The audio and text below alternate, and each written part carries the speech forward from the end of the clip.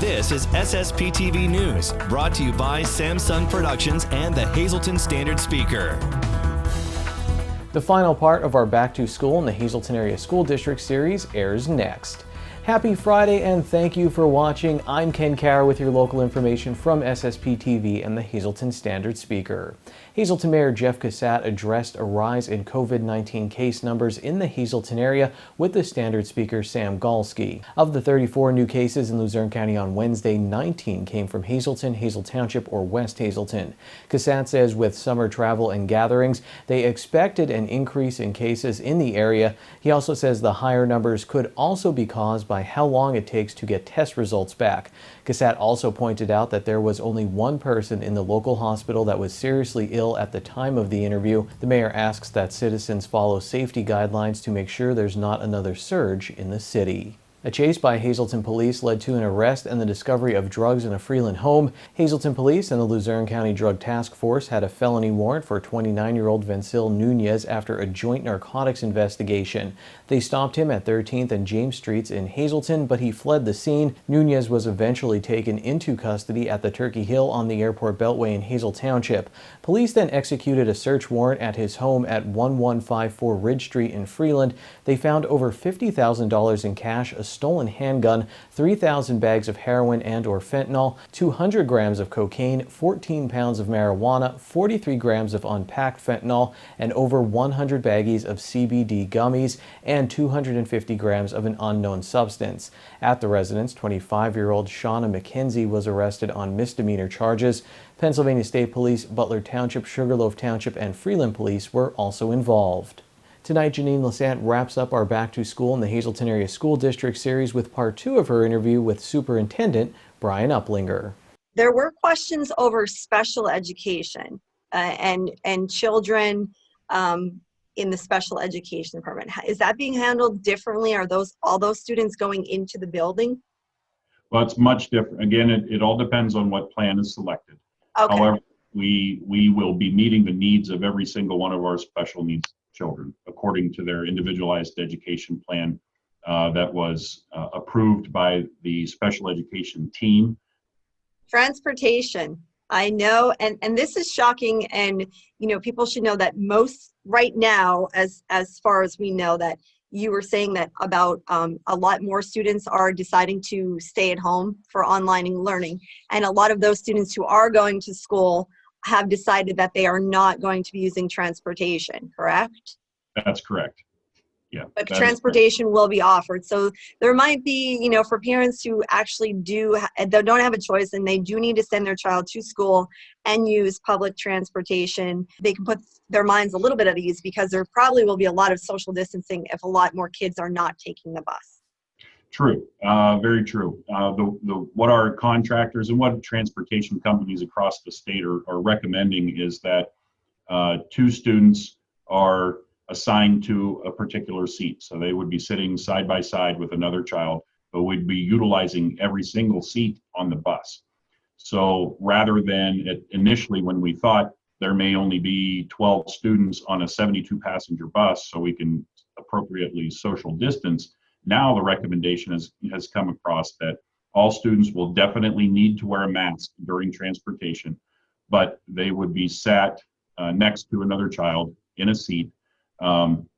If there's a sibling on the same bus at the same time, those 2 siblings would need to sit together. They would be assigned together. Other students, again, would be assigned a partner for the course of the time that they're transported to and from school. Listen, I have children. It's hard to make those decisions. We're basing it on the unknown.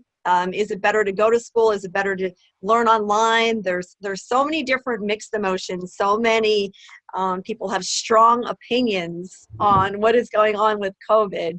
So if you can just briefly tell us what that message was for everyone within the district, including our taxpayers. Sure. We've done a lot of different things in education over the course of the year, since I've been in education for 22 years. Things have gone up, things have gone down, things have changed. We have never crossed this bridge before. This is totally new territory for everyone. So what we're asking is be patient with us. Please help us. Don't sit back and say, oh, well, that teacher did this and that other teacher did this. Why aren't you all doing the same thing? Because we're still figuring it out. This is totally different water.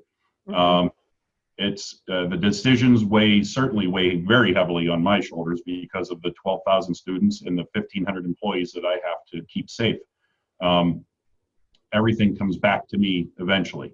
So my job is to make sure that everybody is connected, everybody is staying together on this, and we're communicating as much as we can. So we're asking everyone to please be patient. It's going to work out. This is going to be 150% better than it was in the spring. The spring was a trial period for us. You know, we're working it out. We did some great things. A lot of people have said, wow, that district isn't really going to be able to do anything because of all the kids and because of the issues that they have there, you know, with funding and things of that nature. We did some amazing things in the spring. Now we're moving even further into that amazing area with what we're doing and what we're going to be able to provide to students in enriching education, and that's what we're here for to do first. So we ask that the community please support us. Things could change by the start of school, so we're just going to play it day by day. We will keep in communication with you, and I know you have an open door policy with communication, not only with your employees, with parents and taxpayers as well. So I thank you for that. Absolutely. Thank you. Time now for weather on SSPTV News. Before you plan your weekend, here's our forecast for the National Weather Service. Tonight is partly cloudy with a low of 60 degrees. We have a 20% chance of showers after 2 p.m. on Saturday, partly sunny with a high of 80. And then on Saturday night, a 60% chance of showers and thunderstorms, mostly cloudy with a low of 66 degrees.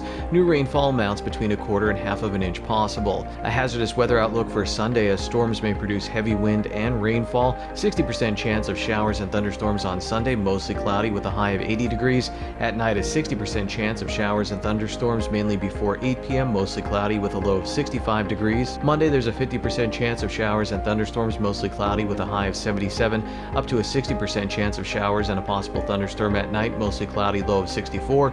70% chance of showers on Tuesday, partly sunny with a high of 75, and a 50% chance of showers on Tuesday night, mostly cloudy with a low of 61 degrees. Coming up, the top-ranked competitive eater in Kentucky stopped by our area to take on a challenge recently. See that story in sports. And next, the story of Ariana's CDH Foundation and how they're helping families facing difficult times.